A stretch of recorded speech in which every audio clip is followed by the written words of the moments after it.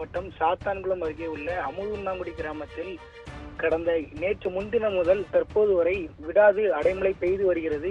இந்த நிலையில் இன்று காலை 6 மணி நிலவரப்படி தூத்துக்குடி மாவட்டம் முழுவதும் 5000 மில்லிமீட்டர் கனமழை பெய்துள்ளது. மேலும் குறிப்பாக சாத்தான்குளம் பகுதியில் 46 சென்டிமீட்டர் கனமழை பெய்துள்ளது.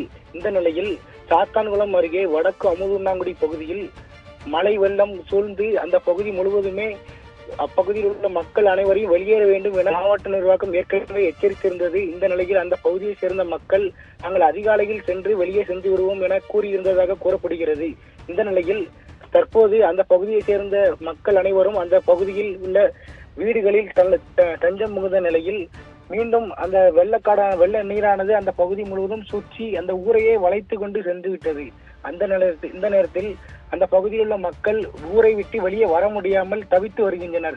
மேலும் மாவட்ட நிர்வாகத்தின் சார்பில் இன்றைக்கு அதிகாலையில் அந்த பகுதியில் உள்ள மக்களை போட் மூலம் அவர்களை மீட்டி தற்போது வெளியே கொண்டு வந்து விடலாம் என கூறியிருந்தனர். ஆனால் கால சூழ்நிலை மற்றும் இயற்கை காரணமாக அந்த முயற்சி தோல்வியடைந்தது.